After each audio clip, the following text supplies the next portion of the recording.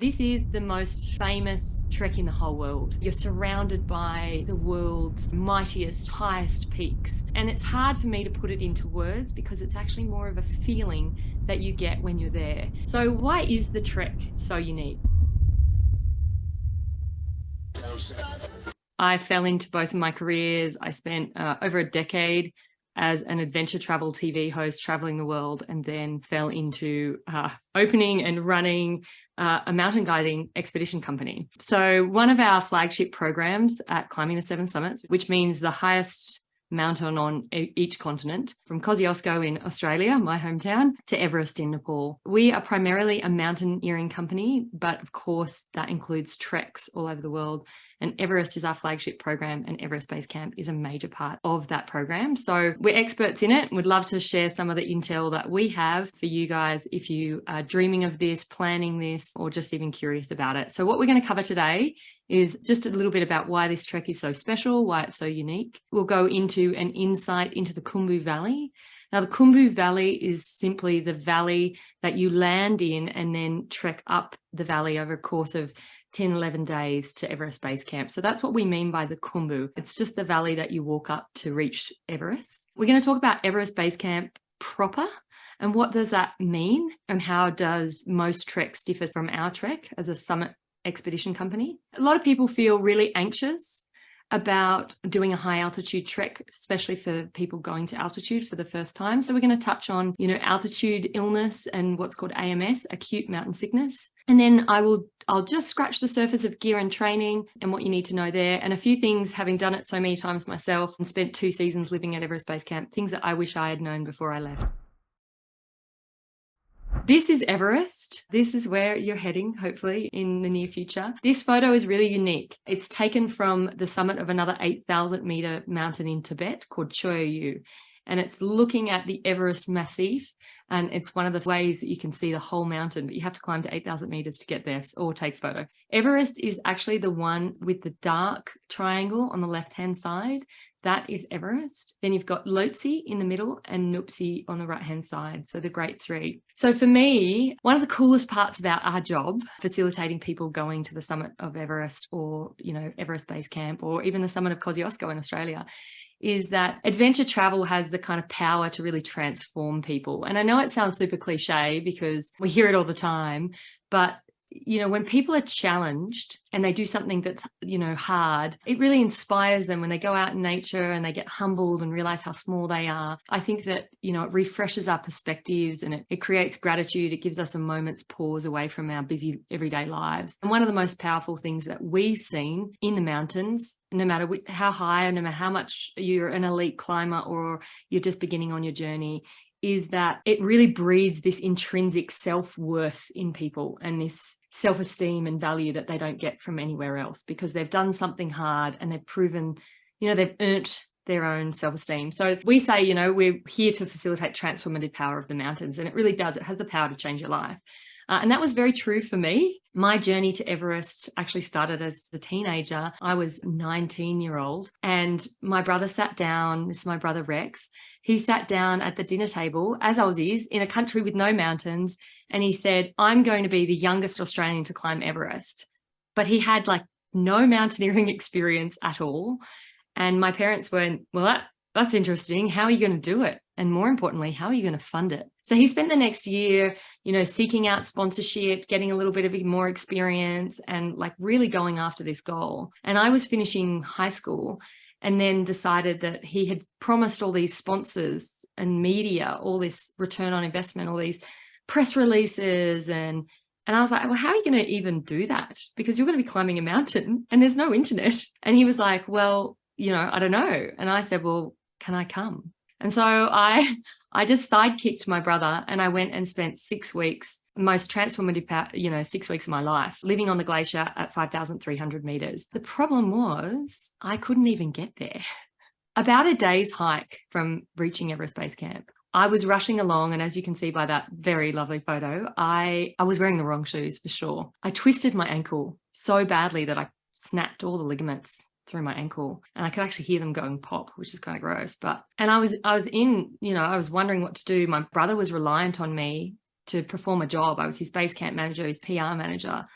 his sponsors had investment that I needed to return. So crazily enough, I was like, no, I've got to get myself there. I don't know how, but I've got to get to Everest Base Camp. And my porter, who had been trekking with me for the last week, said to me, and I'm a 6-foot woman, I'm a pretty tall human, and he was like 5'3", and he looked at me and he goes, I will carry you. And I was like, and that was one of the first, like the Sherpa are really strong, but these guys are phenomenal. And he said to me, I'll carry you. And I was like, are you serious? And he's like, yeah. And I was like, how much?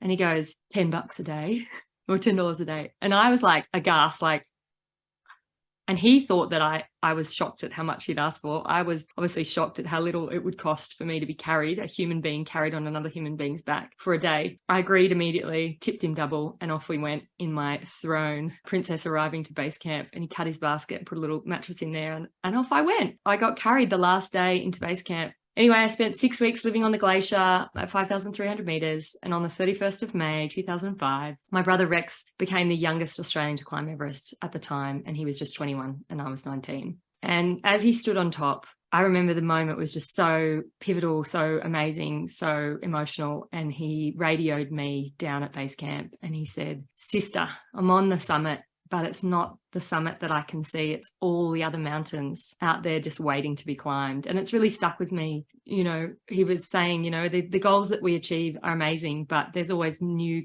and exciting goals, and keep going. And so it stuck with me my entire life. That trip inspired me to pursue a life of adventure travel. It helped me grow up. And it's also where my love life was written. This is Mike Hamill. Mike is a 6 times Everest summiteer. He's lapped the 7 summits 6 times. He wrote the guidebook, and he also was a dirtbag mountain guide on the same expedition. And after 10 years, we actually reconnected. And then he asked me to marry him on the summit of Everest. But I wasn't there. So we had to do 2 proposals because I'm more of a trekker than a climber myself. Anyway, so he lived in Seattle, I lived in Sydney, and we had to somehow create a life and a business together. And I came from travel and TV and media, and he had all this huge breadth of mountaineering experience, and we slammed our careers together and we started climbing the 7 summits as a mountaineering company in full force. We lived in Australia, we live also in Truckee, California. We spend our time between 2 places. So this amazing place that has the power, for me, it was a sliding door moment. It had the power to write 2 careers for me and my love life and just change the course and direction. But in the trek in itself, I wanted to give you guys a little insight. We've created a little video that I think captures it all. So I'm going to play that for you guys now so that you get a little bit of a sense of the trek and what it's all about. Trekking to Everest Base Camp is a once-in-a-lifetime bucket list experience. But did you know that most trekkers never actually get to base camp? You see, most commercial treks conclude their trek at Trekker's Rock, which is an arbitrary point on the very outskirts of Everest Base Camp. They tag it, take some photos, and leave. They never even step foot in camp. That's because in order to enter Everest Base Camp proper, you need to be associated with a summit climbing team. So, we're inviting you to join ours. At Climbing the 7 Summits, we want you to have the full Everest experience, including staying for 2 nights at Everest Base Camp proper in our exclusive luxury camp, where you will be a front row witness to what goes into an Everest climb. Unwind in the big house and play the world's highest game of ping pong. Kick back with a barista-made cappuccino and chat with aspiring summit climbers. Even give it a go yourself and partake in our beginner-friendly ice climbing clinic on the Khumbu Glacier. Our team comes from all corners of the world, and we meet in Kathmandu before flying into Lukla to start our trek. Carved into the side of a mountain, it's the most unique airport in the world. It's roughly an 11-day trek up the valley. We keep our pace deliberately slow and steady, exploring and enjoying the Khumbu and visiting famous cultural sites to give our bodies time to acclimate to the rarefied air and mitigate risks of altitude illness. What makes the trek to Everest Base Camp even better is the hospitable Sherpa culture. Sherpa are renowned the world over for their graciousness and generosity, and the moment you step foot on the trail, you too will know why. Your Climbing the 7 Summits guides are world-class with a huge knowledge of the area and a deep focus on safety, so you can trust you're in the best hands.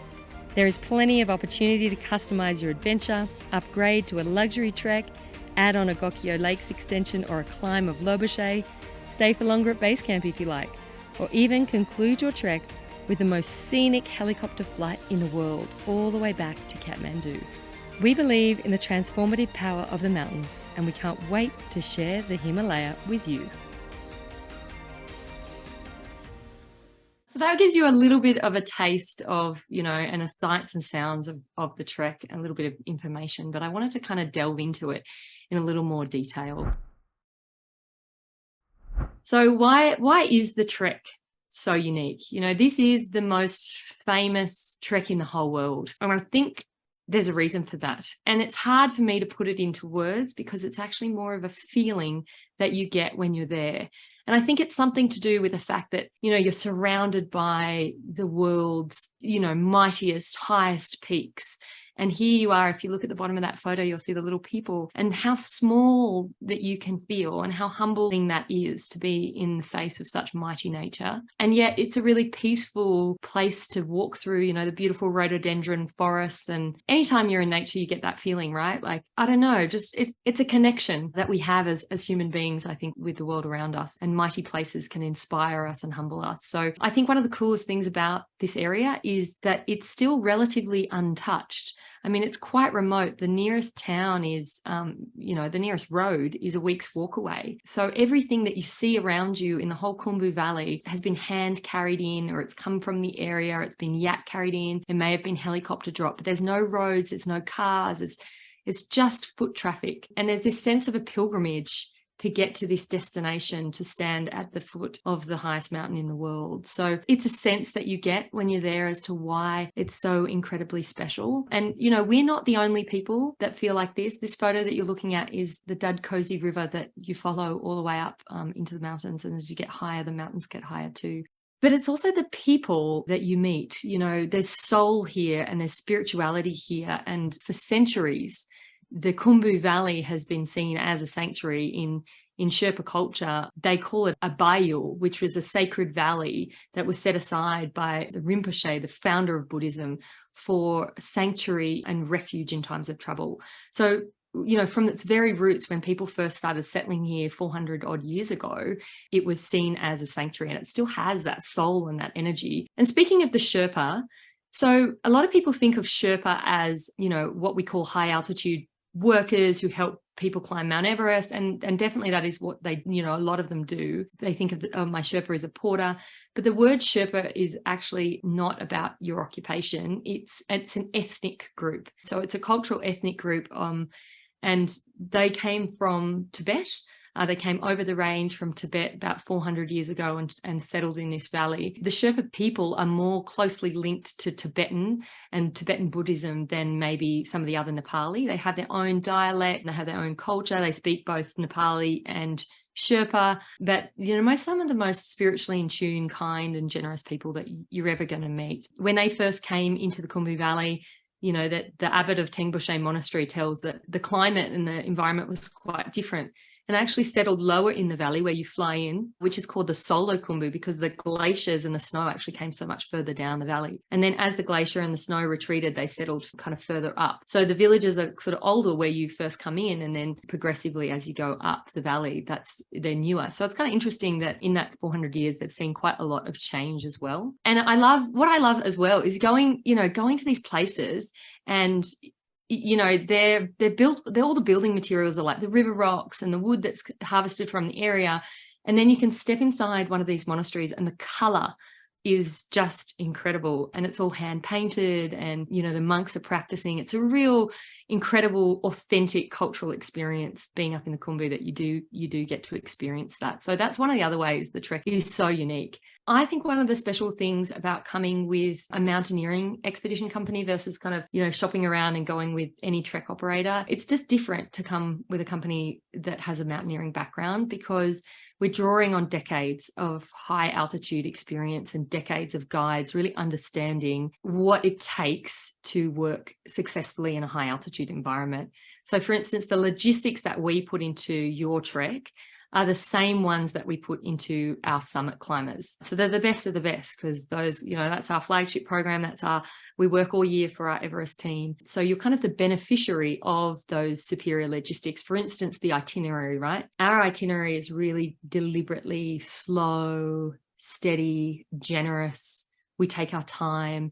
And the reason for that is because we want your body to physiologically go through the changes and have the time to do that, to be successful at altitude. And that just takes time. Where a lot of other operators are kind of on a churn and burn schedule. They're not necessarily interested in whether you succeed or not. You've done it once, you're not coming back kind of vibe. Whereas for us, we're really like looking at the trek as one huge part of, a lot is on the line for our Everest summit climbers. So we spend a lot of time like planning a detailed itinerary. And a lot of people say, oh, but I'm worried about the pace. Like if you're telling me that this itinerary is good for summit climbers, then I'm not as fit as a summit climber. So how will I do it? But actually it's the other way around. We take more time because we want to, acclimatize. And we're going to go into that in a little second. But I think one of the other things that is super helpful is getting an idea of the terrain that you're going to be moving through. Because one of the misunderstandings about the Everest Base Camp trek is that it is not long in distance. It's only 40 miles odd. So why does it take 11 days to walk that far? So let's have a little look at the terrain that you're going to be walking through. So this is a 3D map. So you land here in Lukla Airport, and the first day you actually descend into the valley to a place called Phakding. And yes, that is how you pronounce it, I know. The next day you follow the river, the Dudkosi River, up to a place called Namche Bazaar. Namche is the Sherpa capital and one of the biggest towns. Then the following, you rest there, acclimatise, and then the following leg is up to Tengboche. Now we're starting to get above the vegetation layer. This is where the beautiful monastery is. Following that, the next leg is up to Ferroche. We're well high above the vegetation now. And then we start to hit the glacier moraine of Everest and the Khumbu Glacier. We head past Lobuche, which is another 6,000 metre peak, before we reach the very last outpost in the valley. It's called Garrettche, a yak herding town. It's very tiny. And then we reach Everest Base Camp proper. And we're going to talk about that in a little bit, what the difference is. And you can see, looking at Everest Base Camp, the scale of what you're looking at when you're looking at Mount Everest. Right now, we're just seeing the western shoulder, and we're going to keep coming up, keep coming up, keep coming up. And there's the summit of Everest, that darker triangle on the left-hand side. We'll swing back and have a little look of the trek. So you can really see that is the Khumbu Valley. We've come up a valley from Lukla all the way up.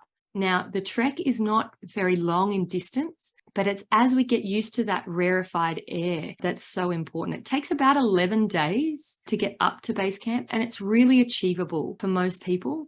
You do about 4 to 6 hours of hiking a day, and it's around between 4 and 8 miles. And then you take these rest and acclimatization days. I'm not going to go into it in huge detail because there's lots of information on 57 hours, but to give you a little peek into the itinerary. So you'll do a little walk, and then you'll get to somewhere like Namche Bazaar, and you can see there's a rest and acclimatization hike day.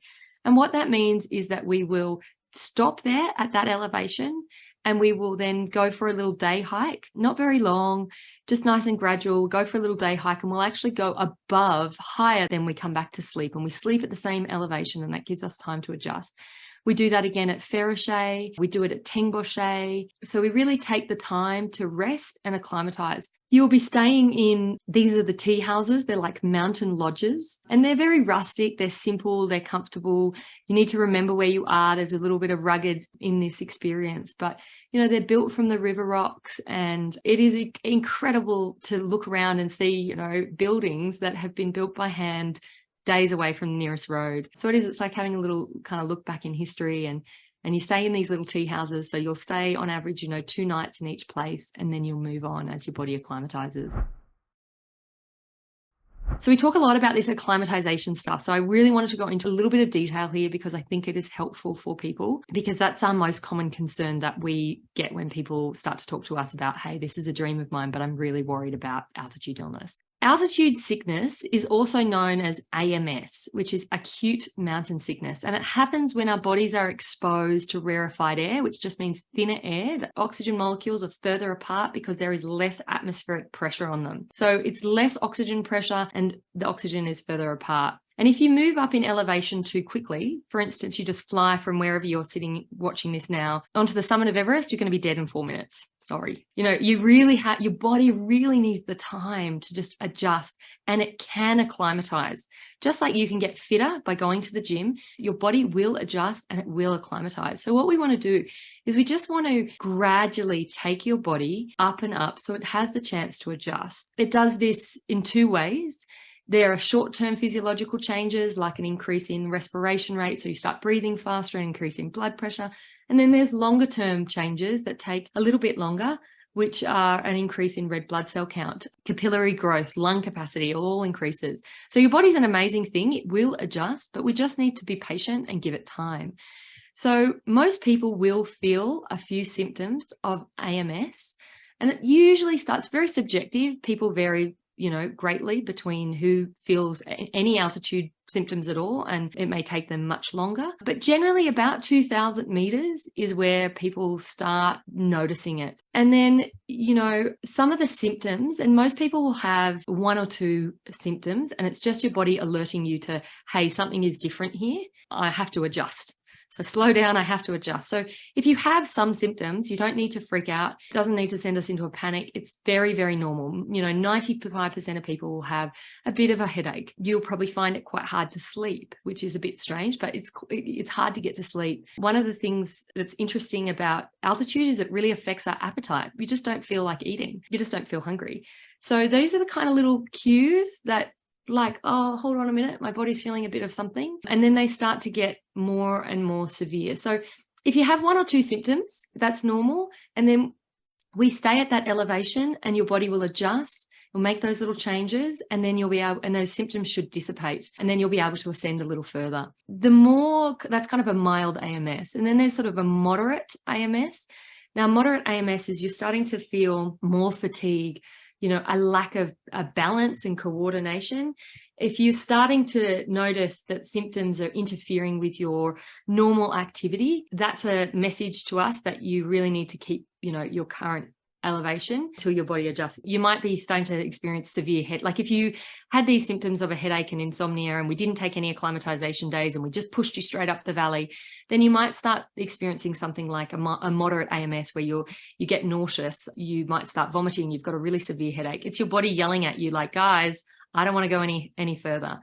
And then if, like I said before, if I just stuck you on the summit of Everest now, teleported you up there, that's an emergency. That's when you start to get severe AMS, and you might get HAPE, high altitude pulmonary edema, or HACE, high altitude cerebral edema. And that's a fluid buildup on the brain, on the lungs. That's an emergency. We need you to descend immediately. And we'd send, there's lots and lots of redundancies and protocols, and your guides know all of these symptoms and signs, and you do get indications before it gets to that point. So I wouldn't feel too nervous about it. You do definitely get knowledge of it, and we just simply stay at that. Like if it's mild and you've just got a bit of a headache and a bit of insomnia, that's normal. We take a rest and acclimatization day, and your symptoms should get better and alleviate.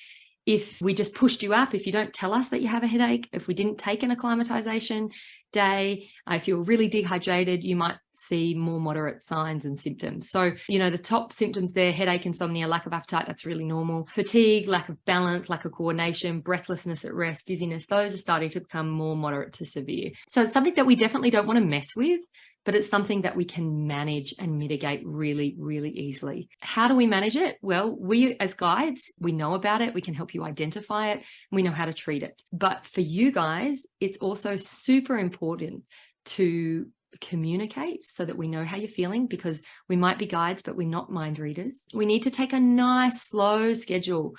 We want to do kind of what we were talking about with that climb high, sleep low schedule. So we take rest days and we climb higher than, kind of shock our body a little bit, like, oh, there's a new set point here that I'm going to have to adjust to. And then we come back and sleep at the lower elevation. And it's while you're actually sleeping that your body makes those changes. One of the keys is hydration.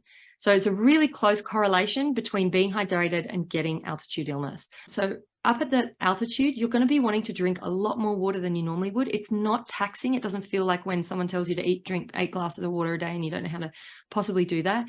Because the air is so dry, you'll naturally want to drink more anyway. And just be a little bit more aware of things that would dehydrate you: alcohol, coffee, the drinks and stuff that are available in the valley. You'll find, we drink a lot of tea and a lot of hot drinks, and you'll be drinking a lot of water anyway. But just keep on top of your hydration. If your pee is yellow, make it clear.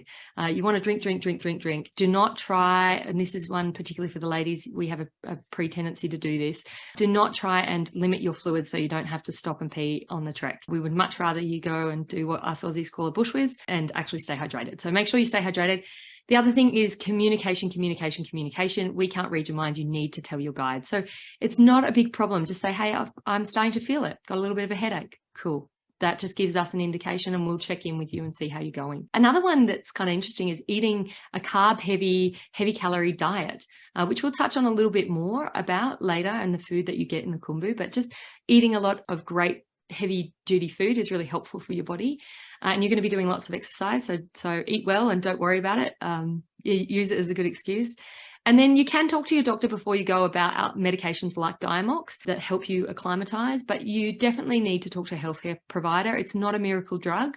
It can help lessen the impacts of altitude gain. It kind of works by chemically reacidifying the blood, which creates a respiratory stimulant, so you keep breathing faster, and increases arterial oxygenation, so oxygen through your arteries. It's a diuretic, so it forces your kidneys to excrete bicarbonate acid, so you're going to pee more. You can't take Diamox if you're allergic to sulfur drugs. You shouldn't take it if you're pregnant. There's a couple of things that you need to talk to a healthcare provider. So don't see it as a miracle drug. Definitely talk to your doctor before you go, but it can be incredibly helpful. Look, worst case scenario, you get moderate AMS.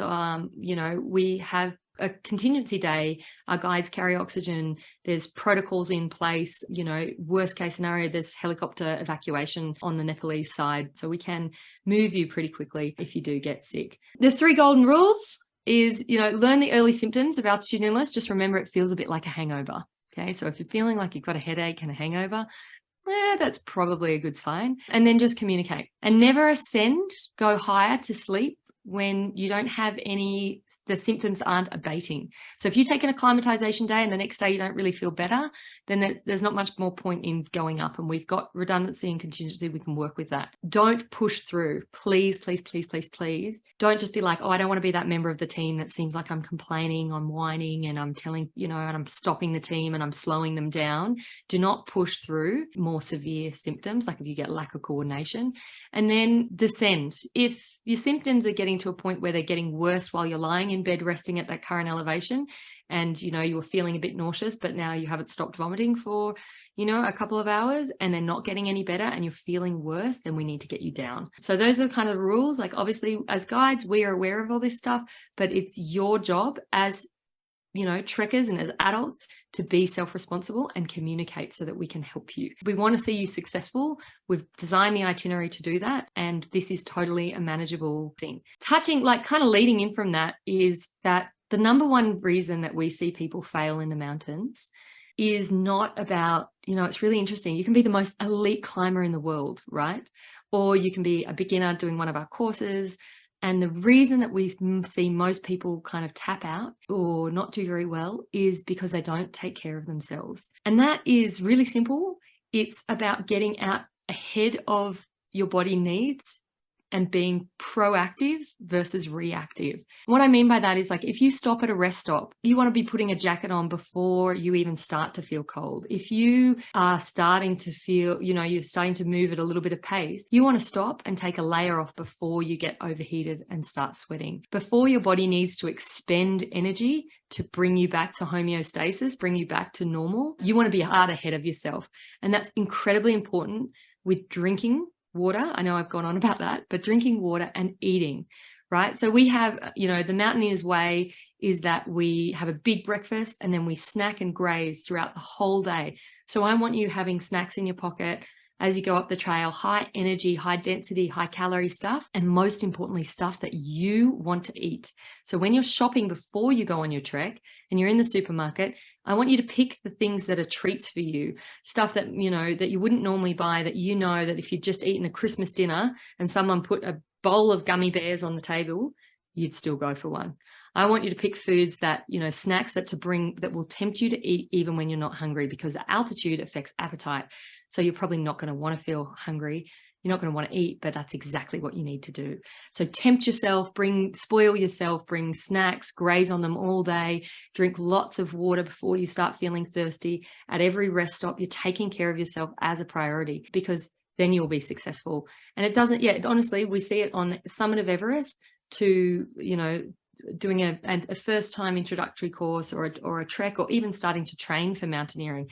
The number one reason people will fail is because they're not taking care of themselves. So please just put yourself as the priority, really listen to your body. You know yourself better than anyone else, and get out ahead of your needs before you have to address them. So hopefully that makes sense. We talked a little bit about the importance of eating. Please use this as an excuse to eat a lot. The food in the Khumbu is very simple.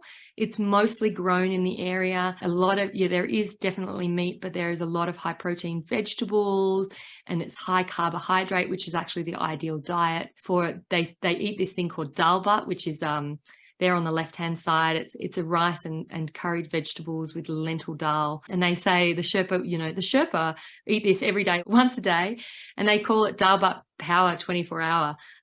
They'll eat it and it will keep them going. It really sustains you for a long time. So enjoy the simple food. There's a lot of rice, a lot of potatoes. It's all grown locally. It's all organic.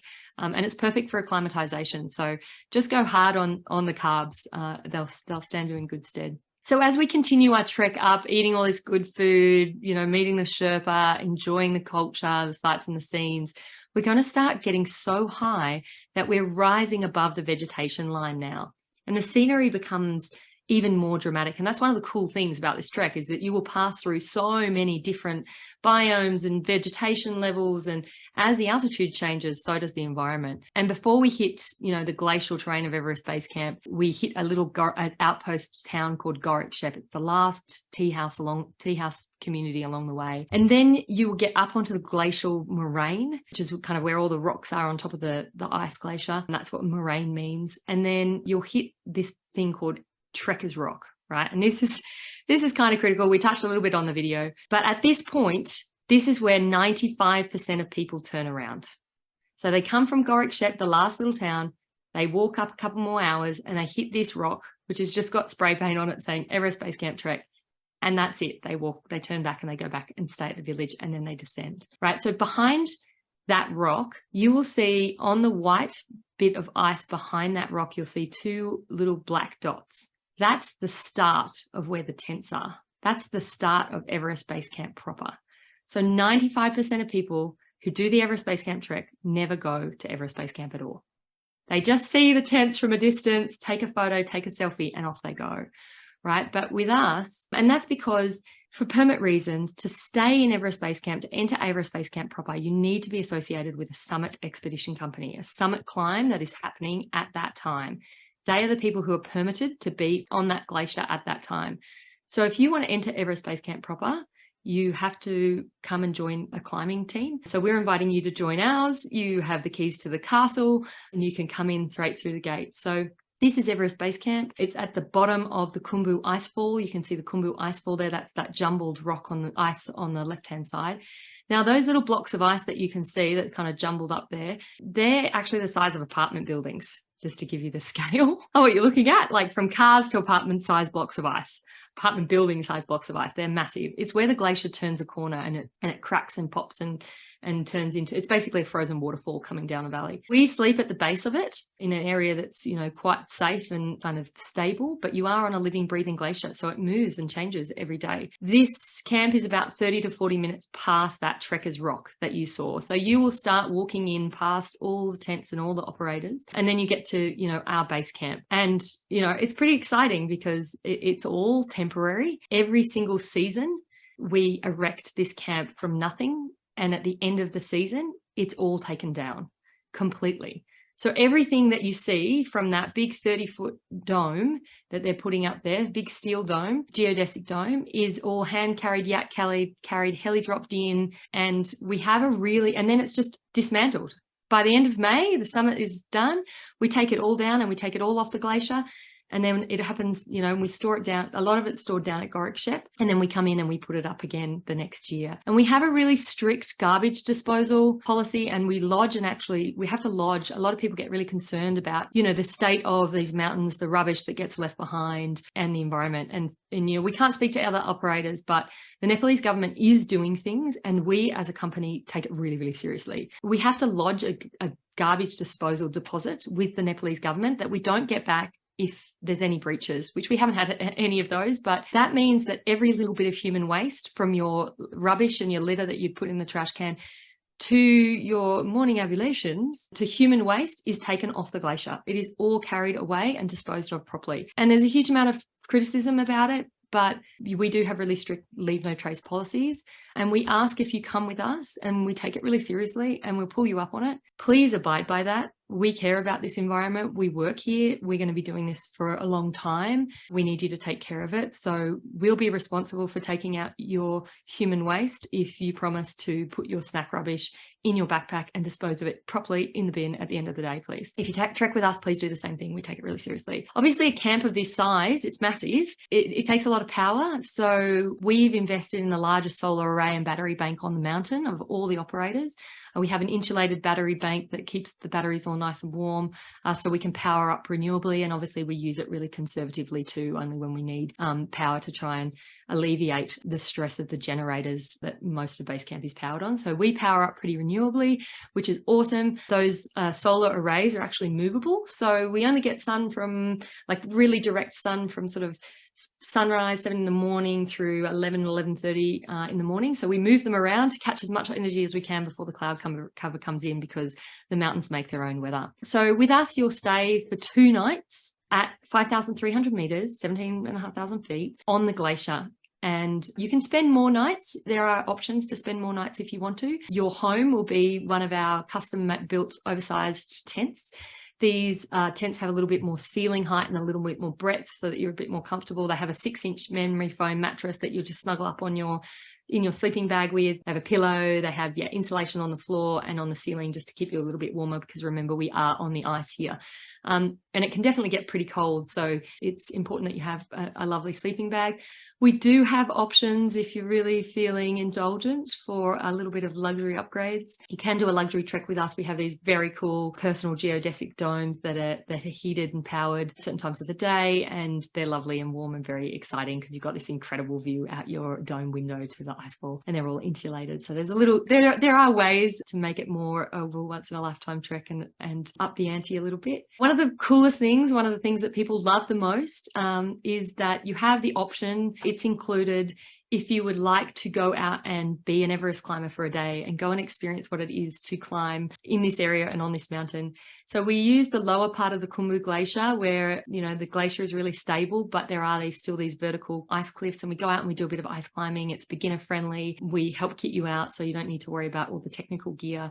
You'll learn some of the skills that the Everest climbers are using every day. So, fixed line ascension, rappelling, cramponing. And it's a really cool way of just, using. So the day that you spend at base camp, you've got the option to go and do that if you'd like to.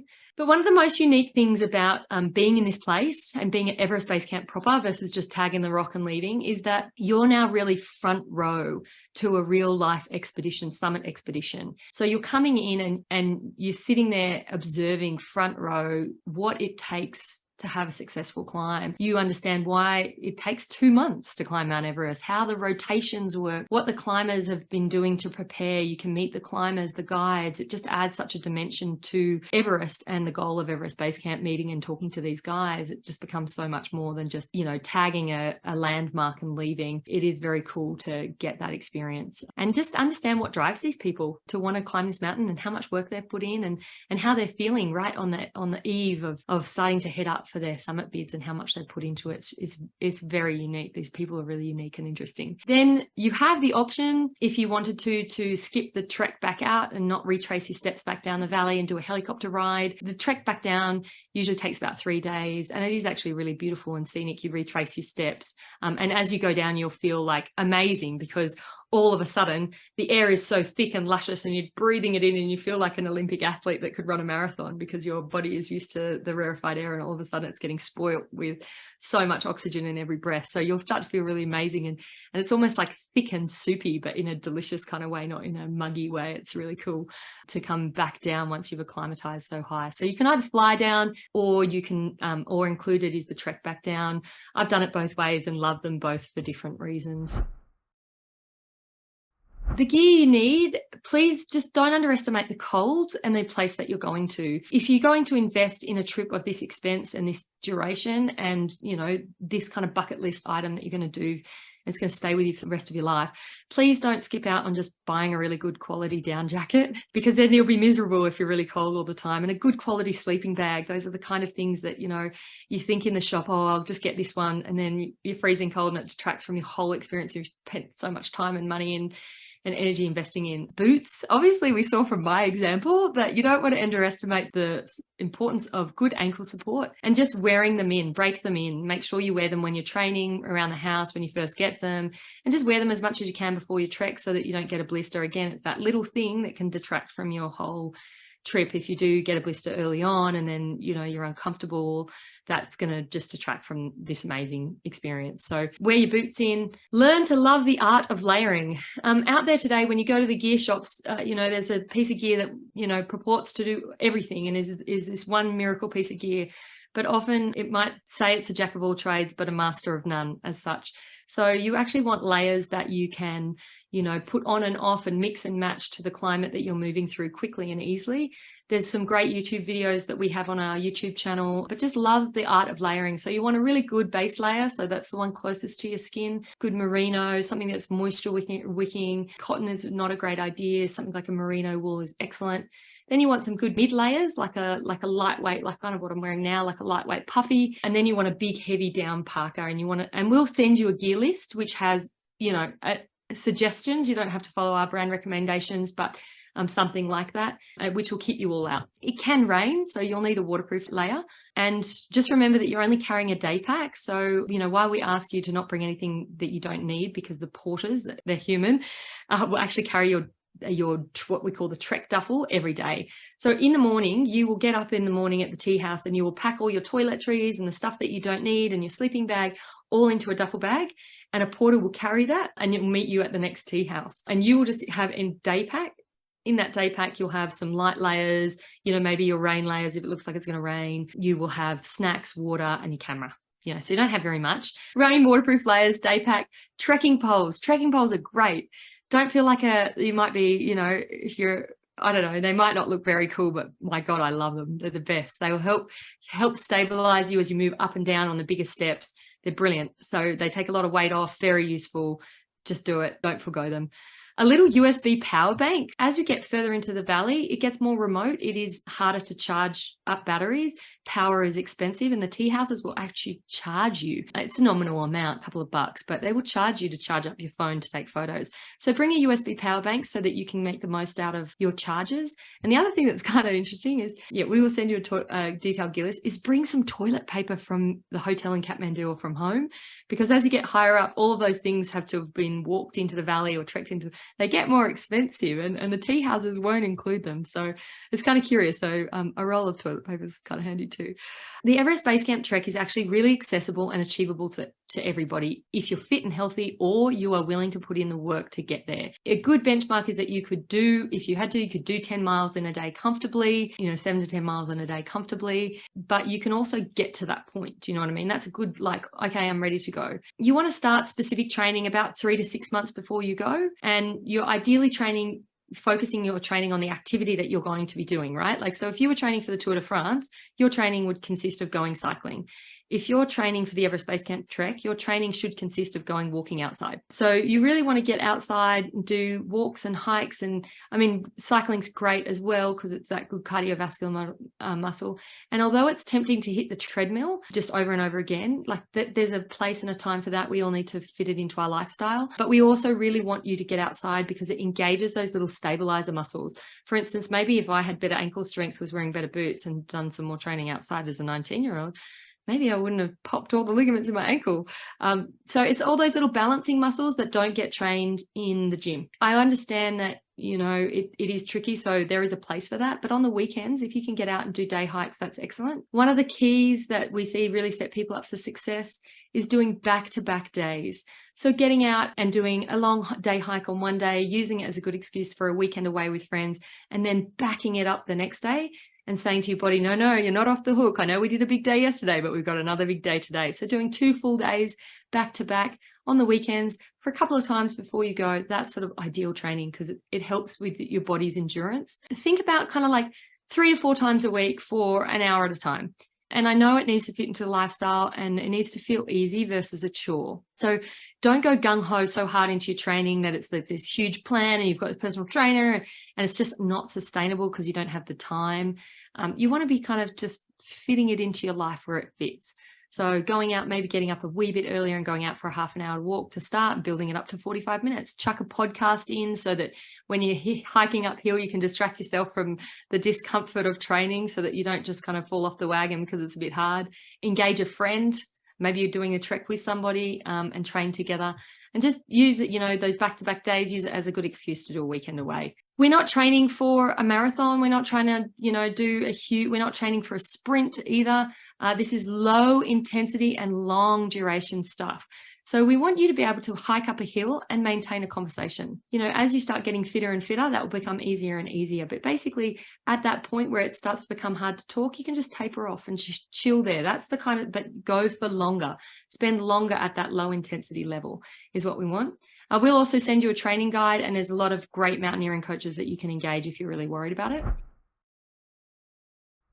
The more you put in before you go, the more you're going to get out of it, the happier you're going to be. So if you spend the time preparing your gear, shopping appropriately with our guides, doing a little bit more training, then you're not going to be sweating it, puffing, panting, hating it, because you didn't have any time for training and you didn't do it. On the other hand, don't rush. If I hadn't rushed, I wouldn't have done my ankle. You don't need to prove yourself to anyone. You're not rushing out of the gate. Even if you do have that fitness and you feel like you just want to blast up the first hill and show yourself how good you are and here you are and you can do it and you feel great. Just remember you have to back it up each day for 11 days. So there's no point in just rushing. Don't blow yourself out. Take it chill, relax.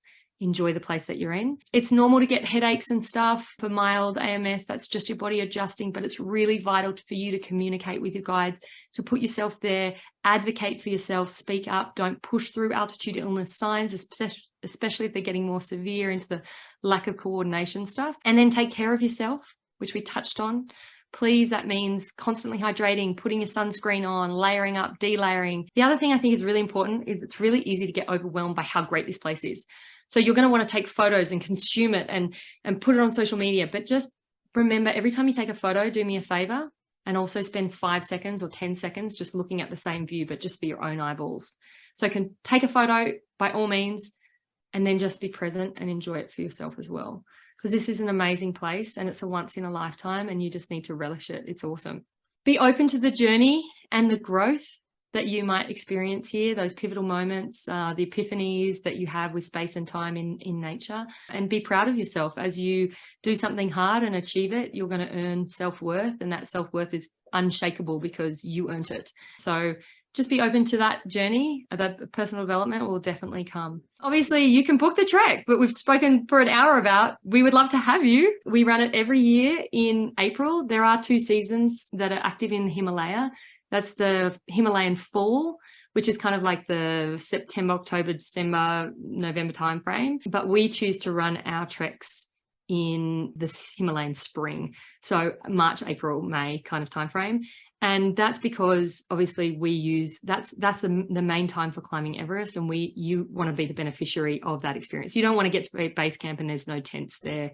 You can't stay there for 2 nights. You touch Trekker's Rock and you go back, you've missed out on half the experience. So April is when we do it. It takes about 20 days from Kathmandu to Kathmandu, including 1 contingency day if we get weathered in the valley and it's hard to fly, or we need to take an extra day of rest. We run our trek from April 10th through to May 3rd, but all the details are on the website at 57 hours. Yeah, you can go and book it and find out more about it. I just think that it's one of those places, I've been very fortunate in my life to have an incredible, like my career before running a mountain guiding service was I was an adventure travel TV presenter and a travel writer. I literally got paid to just travel the world.